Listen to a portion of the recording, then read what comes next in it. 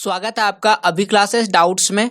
और आज आपका सवाल है, कोई 3 कारण देकर स्पष्ट कीजिए कि भारत में स्वतंत्रता के बाद वन संसाधनों का ह्रास हुआ है।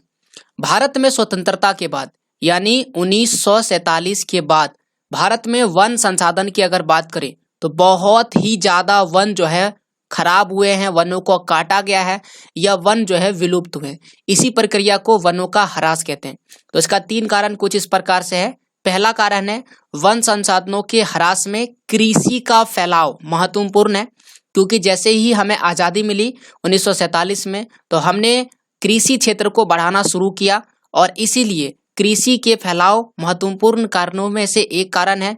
अधिकतर जनजाति क्षेत्रों की अगर बात करें तो विशेषकर पूर्वोत्तर भारत और मध्य भारत में स्थानांतरित खेती की जाती थी और इसके चलते वनों की बहुत ही ज्यादा कटाई हुई। यह पहला कारण था वनों के ह्रास का। दूसरा कारण है, बड़ी विकास परियोजनाओं ने भी वनों को बहुत ही अधिक नुकसान पहुंचाया।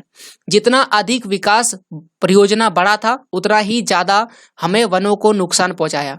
उदाहरण के लिए 1952 में नदी घाटी परियोजनाओं के कारण ही 5000 वर्ग किलोमीटर से अधिक वन क्षेत्रों को साफ करना पड़ा और यह प्रक्रिया वर्तमान में भी जारी है, कंटिन्यू है।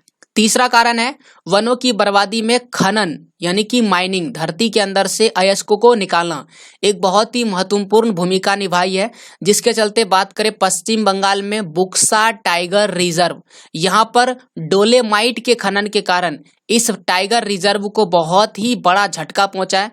इसके कारण यहाँ पर बहुत ही गंभीर खतरे उत्पन्न हो गए हैं। इन प्रजातियों में यहाँ पर रहने वाले प्राकृतिक आवास के जो है बहुत ही ज्यादा नुकसान पहुंचा है। तो ये था 3 महत्वपूर्ण कारण जिसके चलते भारत में वनों का जो है स्वतंत्रता के बाद बहुत ही बड़ी मात्रा में ह्रास हुआ है। कमेंट कीजिए अपना डाउट्स और पाइए अपने सवालों के जवाब। Thank you.